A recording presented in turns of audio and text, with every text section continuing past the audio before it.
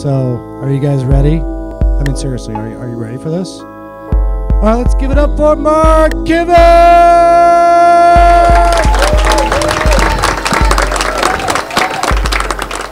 So, before we get started, I just want to give a little backstory on Marc and I. So, I've been doing Startup Grind in Chicago here for 2.5, going on 3 years.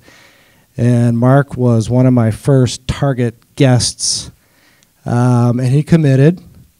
And we actually sold a bunch of tickets. And I think it was about a week before he backed out because he had this lame excuse that his daughter went downstate in tennis or something like that. I don't know. And so in any case, but she actually did win though, right? She did win, yes. That's awesome. She won the state championship in doubles her senior year in high school. So I know the Startup Grind regulars here know how I like to start out. And for you new folks, I think you'll find this interesting. So let's go way back. Let's go back to childhood. You know, where did you grow up? What was your mindset? And what was maybe an experience that you had that kind of exemplified your entrepreneurial spirit? Great question. I knew it was coming. So I grew up here in Chicago, in the north suburbs in Glencoe. Have really never left. I've commuted from Chicago to other cities, but have always called Chicago home, despite this wonderful weather of ours.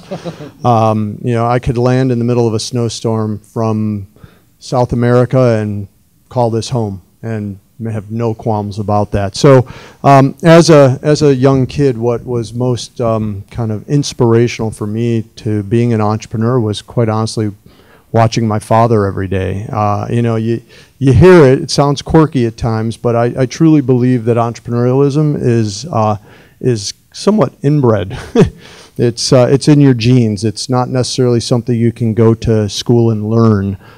You can certainly learn how to improve upon the skills that you've been born with to some degree, and or have watched very closely over the course of your young existence when you were a kid. And so my father was a perennial entrepreneur who started his entrepreneurial career when he was probably 10 years old.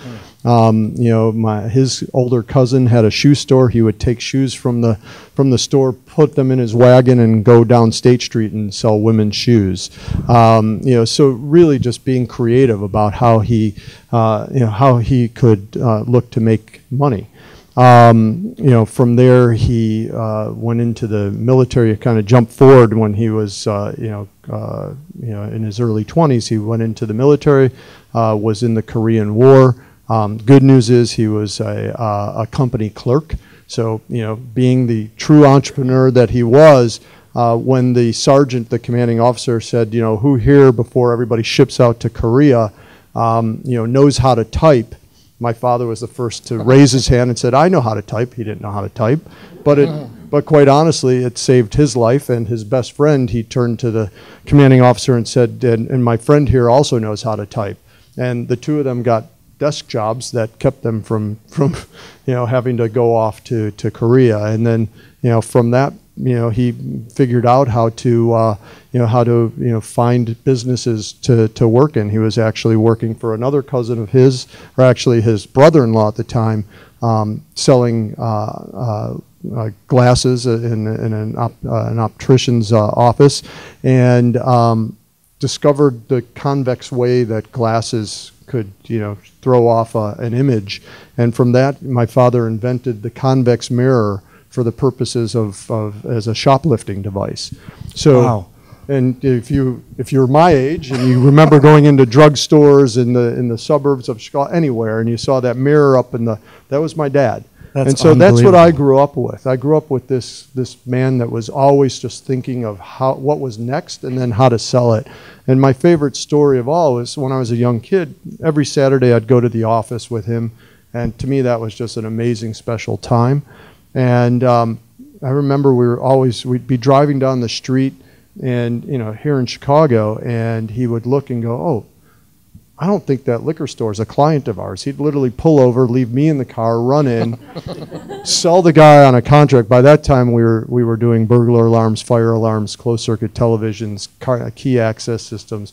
He'd go sell the guy on a burglar alarm and come back out 10 minutes later and goes, okay, I got the deal. Let's go home now. And so that's what drives me, is that entrepreneurial spirit that I saw growing up. And then I've just worked on honing it ever since. That's incredible. That's a great story. So I know you're prolific. I mean, you've had a number of startups, a number of successes, but interestingly in different verticals. So take us back to your first startup, and how did it go?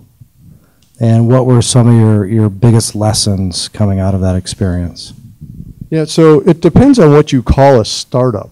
So my first job out of college, actually, I worked for Merrill Lynch at the Chicago Board Options Exchange. I was a runner on the floor.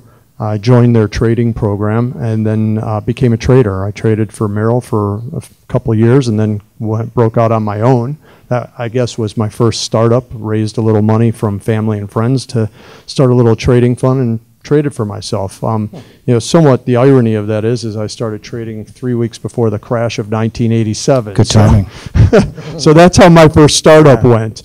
But it was learn on your feet, and that's what doing a startup's all about. It's and if you have to have that ability to learn on your feet, because otherwise, if you have to take everything and sit down and analyze and evaluate, the decision making happens at light speed.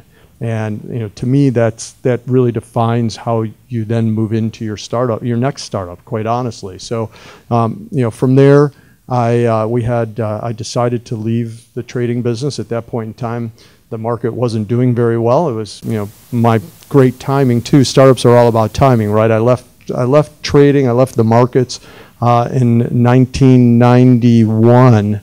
Right at the start of the bull market, at the end of the bear market. Right. So good timing on my part. And then from there, I went in.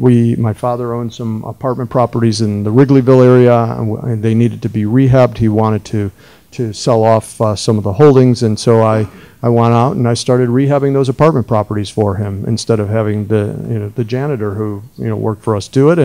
And I fell in love with construction. It was really weird. I wanted to have sawdust in my veins for some reason. And at that point in time, I went to college in Arizona. I went to Arizona State and decided to get out of this weather and moved back to Arizona. And I actually bought a small manufacturing company that manufactured kitchen and bathroom cabinets. So wow. Very small company. They were doing about $300,000 a year, a little mom and pop company. This just shows how much I fell in love with the construction business. And, they were doing custom cabinets for the new housing industry. Grew that into 120 employees, 45,000 square foot manufacturing facility doing 4,000 kitchens a year. So that's more than $300,000 a year, I'm guessing. Yeah, so we grew it to about a $7 million a year business, and sold off the business, came back to Chicago, and it was kind of looking for the next thing. And when you're an entrepreneur, you sometimes look for the next thing. And it was at the point in time that the internet, Netscape had just gone public. I'm really aging myself here, but Netscape had just gone public, and to me, I just looked at the internet as this, as a channel for the delivery of goods and services that was new to everybody, and I saw it as a phenomenal opportunity. So I dove in head first. I got involved in a web startup here in Chicago, which was a web development firm, building websites for local companies. Fell in love with it, and somewhat, kind of formed the foundation for what I wanted to do in the digital space, and just happenstancely met a gentleman who was the original seed investor in Amazon. Wow.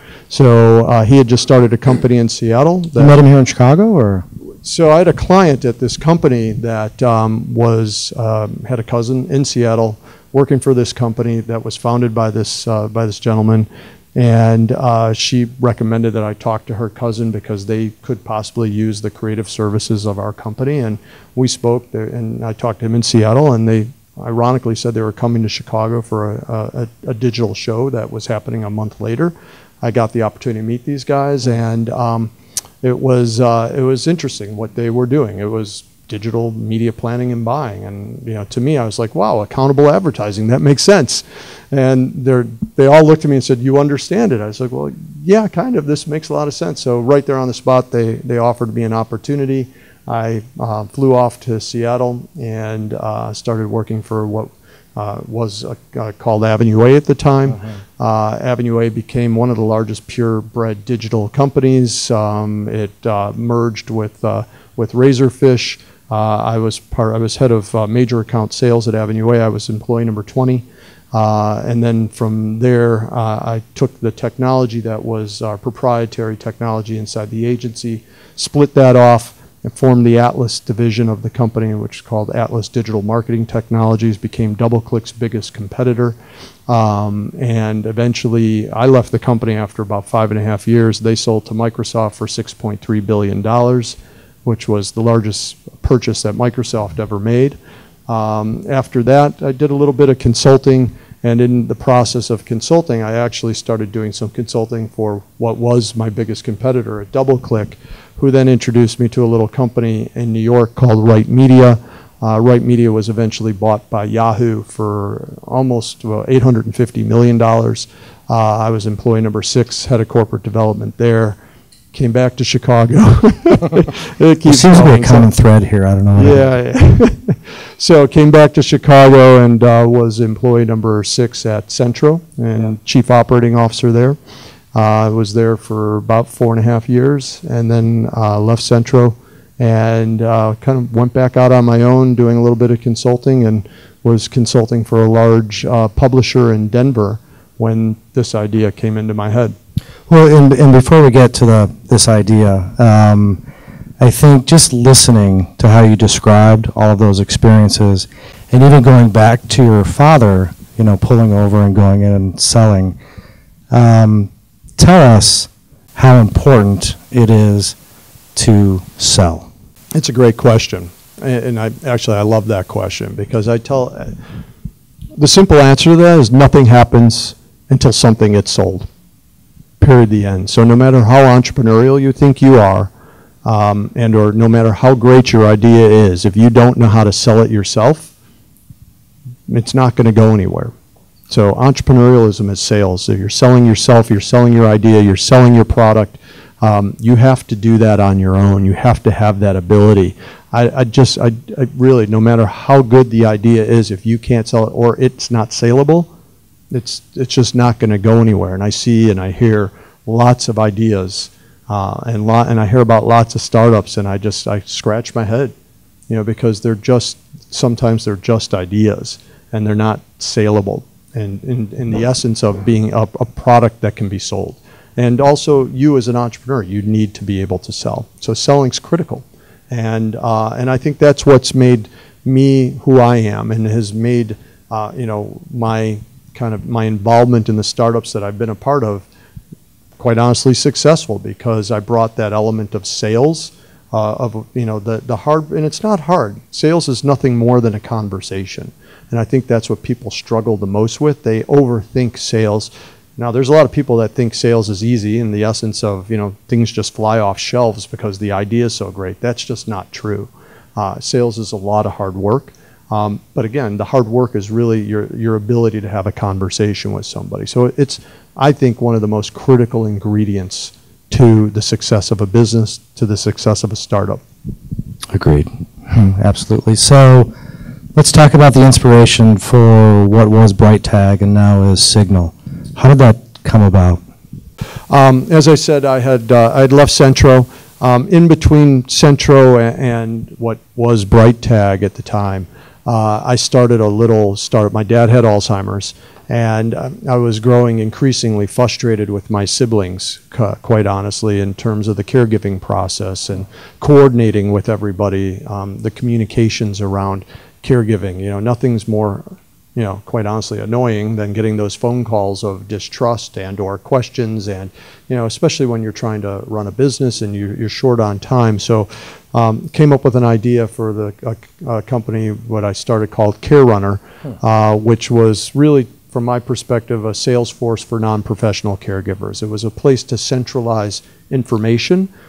So if one of my siblings needed to take care of my dad that day, all the information was right there for them. The doctor's information, the medication, just his daily itinerary, contact numbers, whatever. And we could all post it to that website so everybody could easily stay up to date.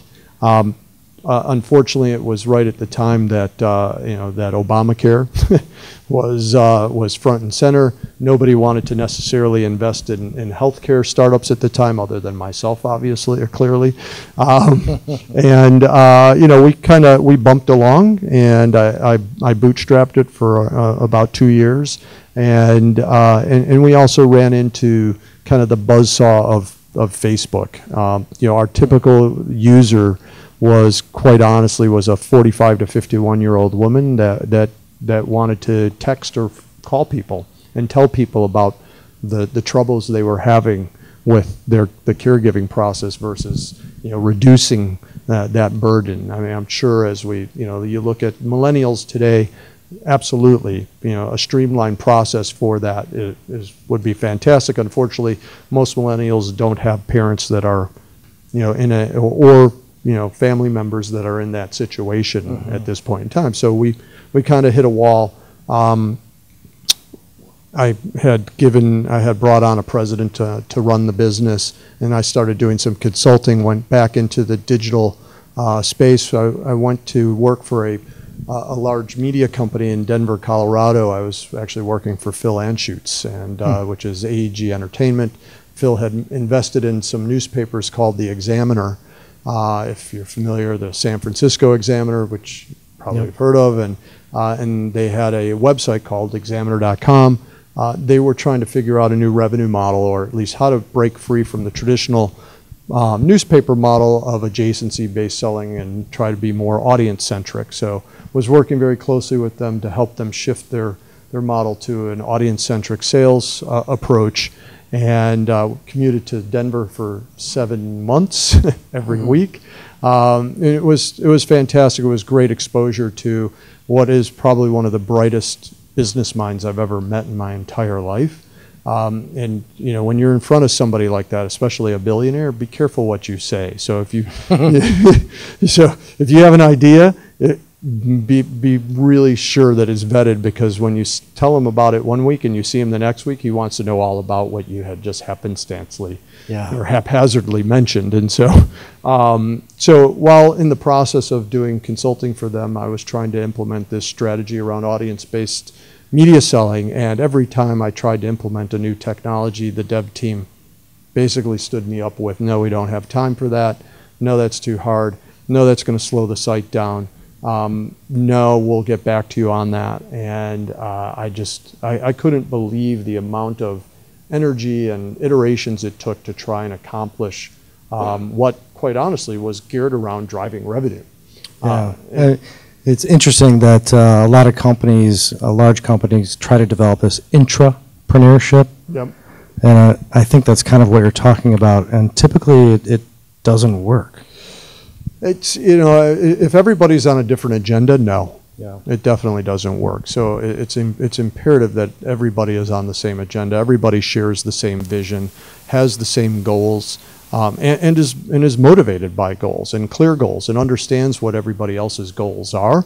In this situation, clearly, I was a consultant. People didn't understand my goals, and nor did they respect, my initiatives. They liked me, but they didn't buy into it.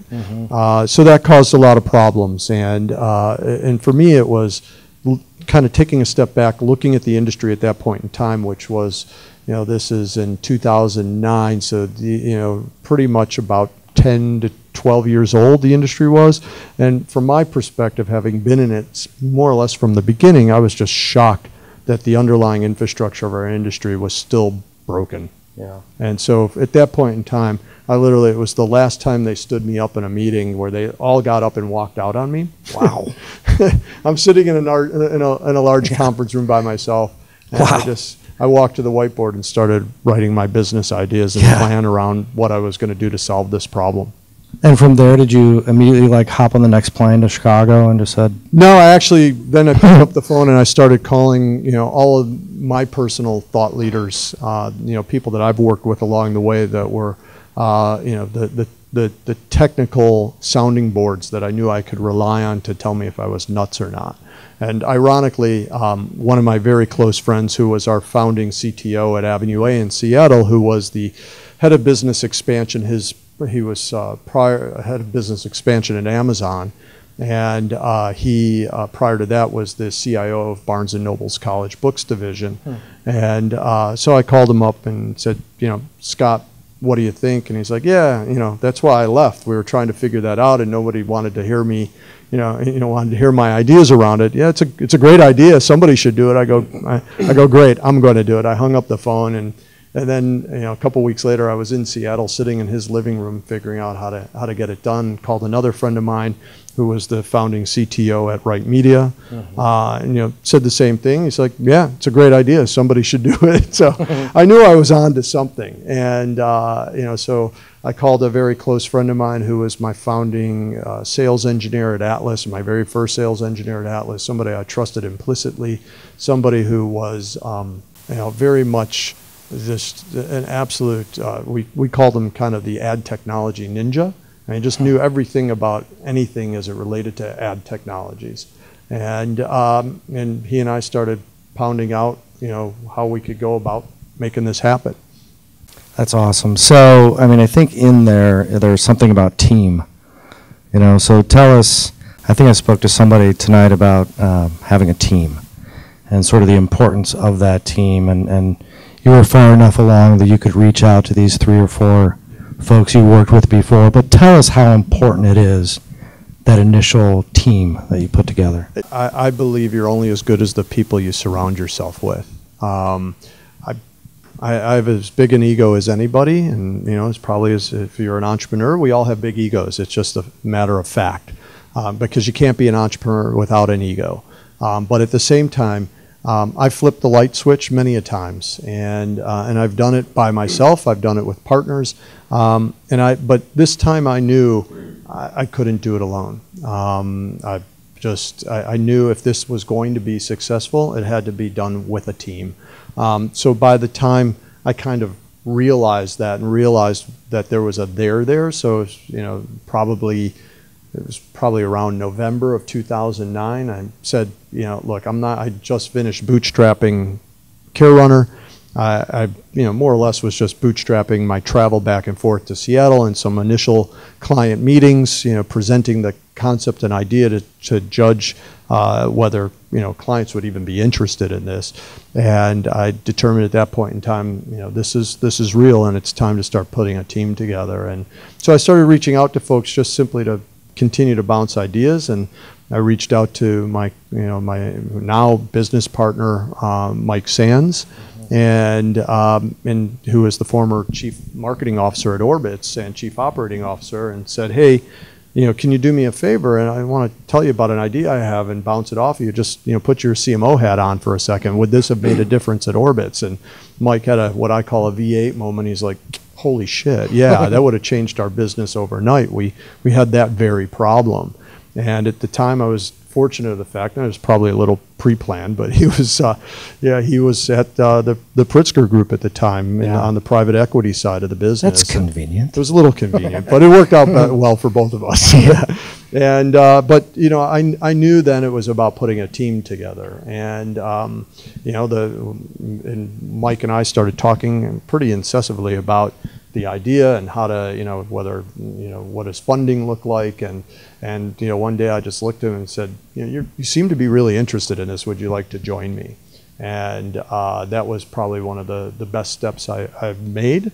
Yeah. Because again, you're only as good as the people you surround yourself with, and Mike was a true operator, and had all the experience necessary to help me, combined with myself, that could help me take it to the next level.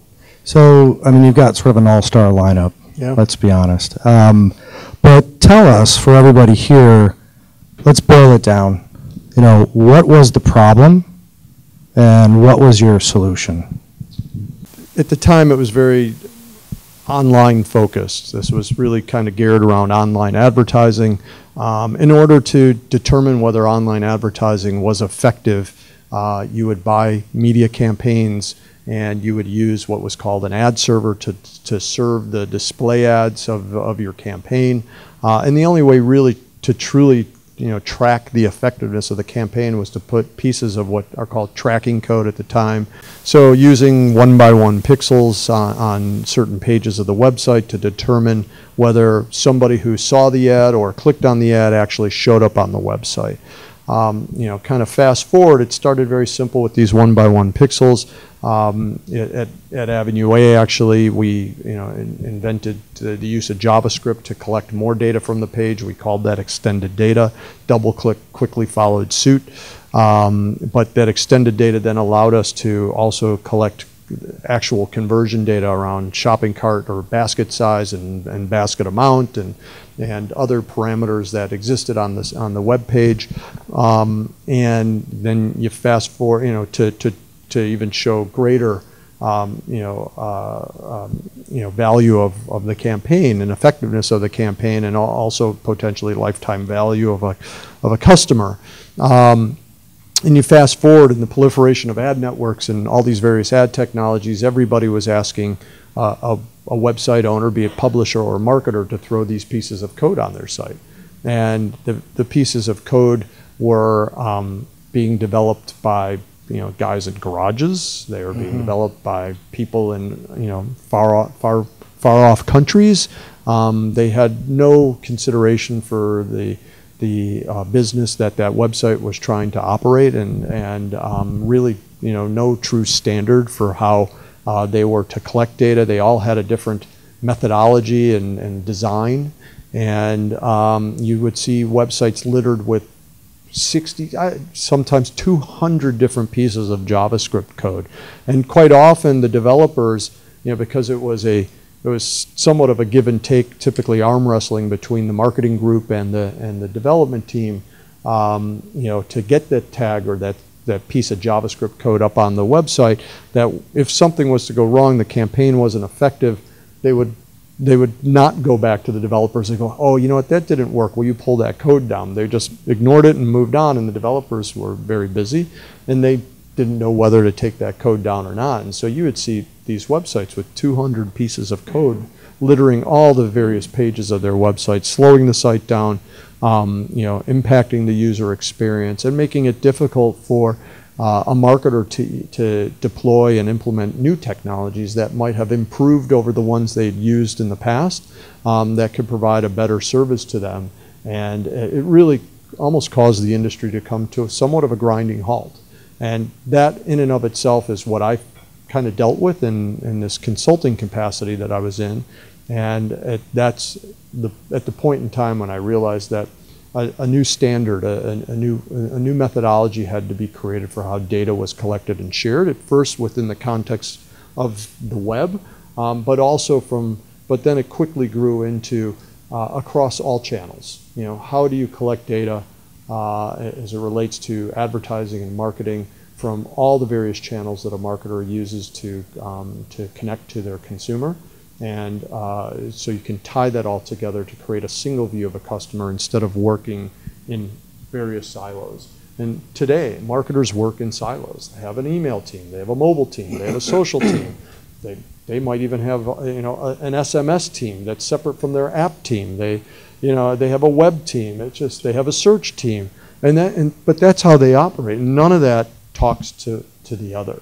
And so they're out marketing to a consumer, and quite honestly, us, in multiples of different ways. And to me, that was what needed to be fixed. You can't, as a marketer, market to somebody 10 different ways and expect a result, especially in today's world where the consumer is moving exponentially faster than the marketer is, and demanding of instantaneous information and being cross-device, cross-channel, and wanting everything in real time.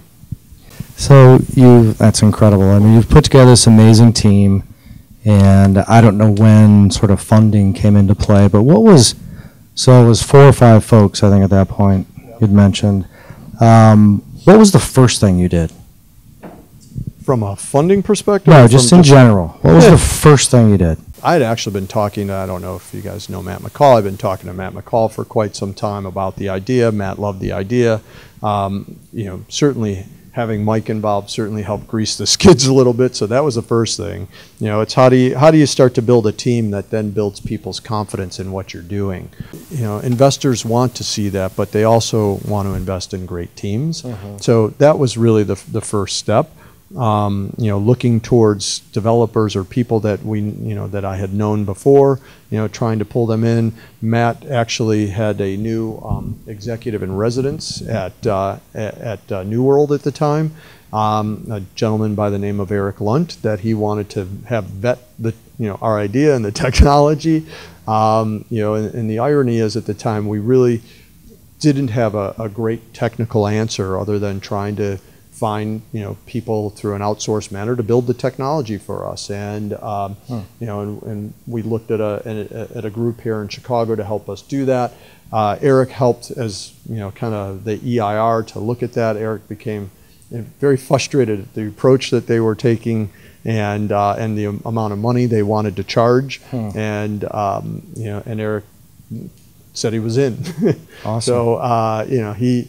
In from the perspective that he knew that the problem we were trying to solve was meaningful, and it was about making the internet at the time better for everybody, better for website owners, better for consumers, better for publishers, so better for the entire web ecosystem, and again that's blossomed from there. Also, Eric looked at the way things were being done from somebody who wasn't very, kind of web-centric, even though he had been the founder of FeedBurner, which is, was the largest RSS platform bought by Google, but, not from kind of the world I came from. And so when he looked at the way certain things were done, he just very simply looked at me and goes, "That's really stupid." So, so that kind of That's called co-founder honesty, I think. Yeah, and so the beauty of that is that's helped us build a very proprietary technology that I think is is somewhat well ahead of where our competition is at, and it's given us a great foundation to build off of. Beyond all of those, and I keep calling them the dream team, and you just added Eric to that as well. Who was your most critical hire? And why? Well, I'd say 2 people, and it's really funny because Mike and I fought each other on both of them, but I fought him on the one he wanted to hire, and then he fought me on the one I wanted to hire. So the first, quite honestly, our first most critical hire was our head of talent. And Mike felt that it was really important to bring recruiting in-house from the very beginning and not use outsourced help. And it's paid off in spades, especially from a developer's perspective. But at the end of the day, I mean, she's still with us, and she has built a culture within the company that is, it's immeasurable. It's really cool, but it's very tangible, and we wouldn't have that if it hadn't started from the very beginning. And the other hire that I think is critical, quite honestly, is our head of client service. And this was somebody I had worked very closely with at Centro. She was she was employee number 1 at Centro. She was the head of client service there, built a very sizable client service organization. And before we even had clients, I told Mike we needed to hire a head of client service. He's like, "For what?" I'm like, "Because one day we're going to have clients, trust me."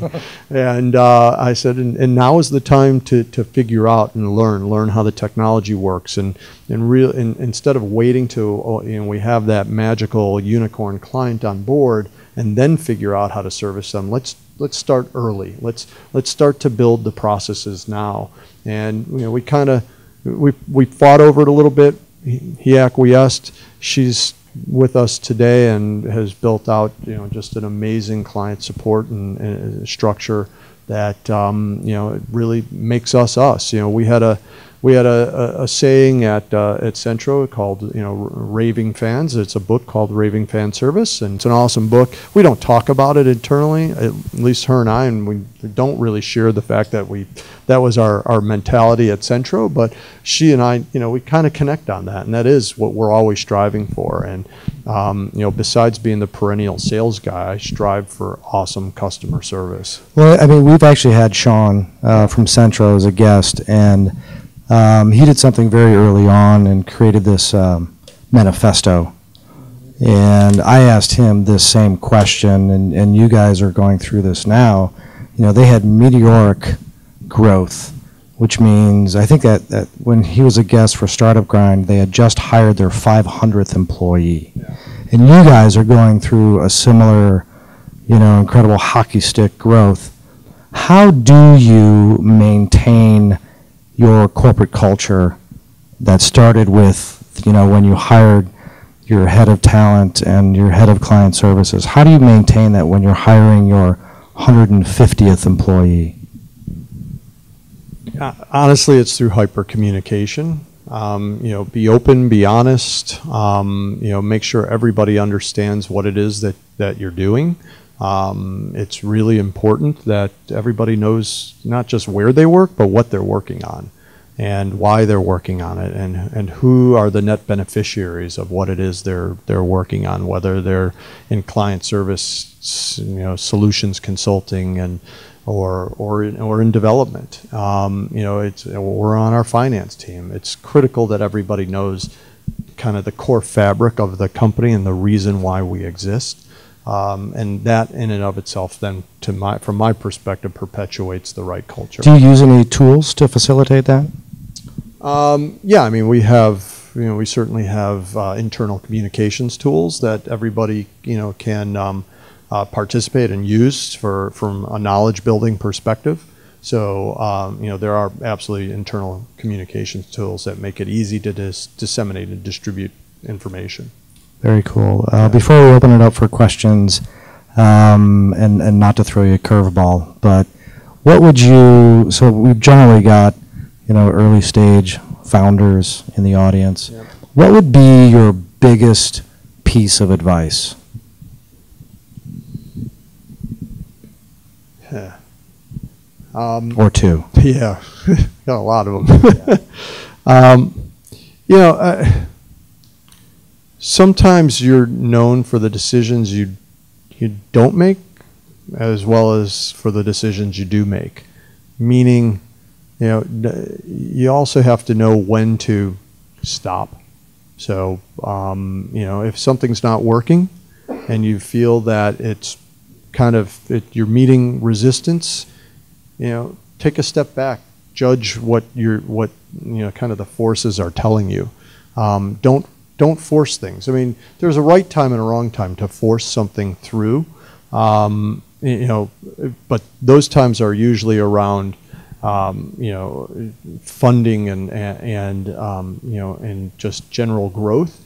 But if your idea is just really kind of struggling, you need to take stock of that. And I've seen people, quite honestly, bury themselves, not giving up, not letting go of their idea, becoming married to an idea. To me, an idea, it's business. And business is something you should be able to move on from. It's brutal, but it is what it is. I don't see it as a loss. I see it as a win. You were able to, you started it, you created an idea, you started a business, and if it's not working, there's lots of reasons why. The numbers, quite honestly, are against you. It's amazing to hear 50,000 startups globally. And many of those startups, quite honestly, are probably 1 and 2 and 3 person startups that never grow beyond that. They might be nice businesses, that produce some decent revenue, but not every company, not every idea becomes a 200, 300, 400-person company or even a 100-person company. So again, if you feel that resistance, try to figure out and understand why you're getting that resistance and what it takes to either overcome it or to move on. Awesome. Very good. All right, let's open it up for questions. Yeah, right here. So, I mean, obviously networking is critical. So you start with your own network, but at the same time, I mean, nothing is more valuable today than LinkedIn. So, depending on the product or service that you're selling, I mean, networking doesn't mean you have to network with people you know. And, I love the idea that you threw out in the beginning, meet somebody you don't know here and go, and I also like the fact of collaborate versus network. So, it's about collaborating, it's about networking, but it doesn't have to be through people and you can reach out. People reach out to me every day on LinkedIn that I don't know. Now, some primarily just to try and be a recruiter and send us candidates, but many with a very similar business or business idea that there might be an opportunity to collaborate. So, leverage your own personal, contacts, but at the same time, try to find those that you don't know that can help you. And also, if you have a product and you're confident in its abilities, then really nothing's more valuable than getting that first client. And I remember getting our first client. Who was your first client? Our first client was Sears. Well, that's a good place to start. It was a great. About $1 billion online. Something like that. But it was interesting, and we started in kind of a group within the website performance group. Which was a little bit outside of where we wanted to be, but we knew also what we were doing was helping websites perform better, be more performant, and we found this one stakeholder that endorsed us and wanted to work with us, wanted to see us succeed, and to me that's so critical to find that buyer that wants to see us succeed because they know the net benefit to them as well. It's a great question, and I actually haven't been asked that in a while because people do kind of pick that out because that is my nature. What's interesting about Signal right now is that I pretty much feel like I'm doing that every day over the course of the last couple of years, and why Tom and I have been unable to find time to get together for a startup grind is because I travel an inordinate amount of time, but that's out of my own choosing because I wanted to globalize the business from a very early point in time. I felt that it was really important to not just build a great business here, but to build a great business around the world. The barriers to entry in our space are incredibly low. Credit card and an Amazon account, and you don't need to go buy servers anymore, so you don't need capital startup costs. You just need time and a little bit of money to pay some developers really to host something on AWS. And so what I didn't want to have happen is I didn't want to have us build a great business here and decide to go expand into Europe to find somebody took our idea and did it there. That created a roadblock for us. So every day I'm kind of doing that new thing over. So over the past couple of years, I focused on growing our EMEA presence. So we actually made an acquisition in the UK of one of our competitors and used that as the foundation and beachhead for our growth into the UK and Europe. We've opened offices in France and Germany, opened an office in Sao Paulo, Brazil, opened an office. We now have a strategic partner in Japan. We have an office for people in Tokyo, one in Singapore, one in Sydney, and one in Melbourne. And so that's kind of my new thing.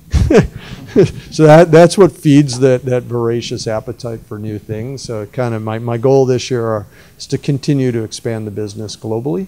And so when that stops, then I've got problems. So I'll probably be thoroughly exhausted to do anything next. Can I ask you why the name change? And were there any hurdles that came along with that, as far as like rebranding and so on? Well, it can always be, or it could always be considered to be very dangerous to do. You know, it might sound ironic, but the original name, you know, or Bright Tag, was always really kind of built around planned obsolescence. We always knew we needed to change the name, but in the beginning we wanted to be very explicit about what we did. And so we threw tag in the name. It helped people kind of focus and center on what we were doing, you know, from a problem-solving perspective, and a USP perspective. And so we knew it was going to happen. We just didn't know the name was going to be Signal. We knew it had to be something different. We certainly had a very, very long list of names that we, you know, everything from, you know, the conjunction of two made-up words, or two words that weren't made up, and it just, you know, your typical kind of web stuff. And we were very fortunate to make an acquisition of a company, a small company called Signal at the time. And as we were going through the name change planning process, our agency that was helping us, you know, kind of looked at us and said, "What was the name of that company you guys bought again?" And we, Signal, and we're like, you know, just throw that list up again. And so we're looking at the list, and they're like, wait a second. They took the list down. They're like, "You've got it right there." Yeah. And we all kind of, you know, it really made sense for us. And I think the other aspect of it is we had done a client survey, and our clients really love what we do, and they were having a really hard time selling us through to the rest of the organization and explaining what we did, because the name at that point in time, Bright Tab, became very limiting. It became, oh, that's very web-centric. That's not, what do you mean cross-channel? What would they be doing cross-channel? So it was very important for us to change the name from that perspective and help, you know, and just really elevate and make it was part of the natural evolution of the company, and elevate what we were, you know, what we were doing. All right, why don't we give it up for Marc Kiven?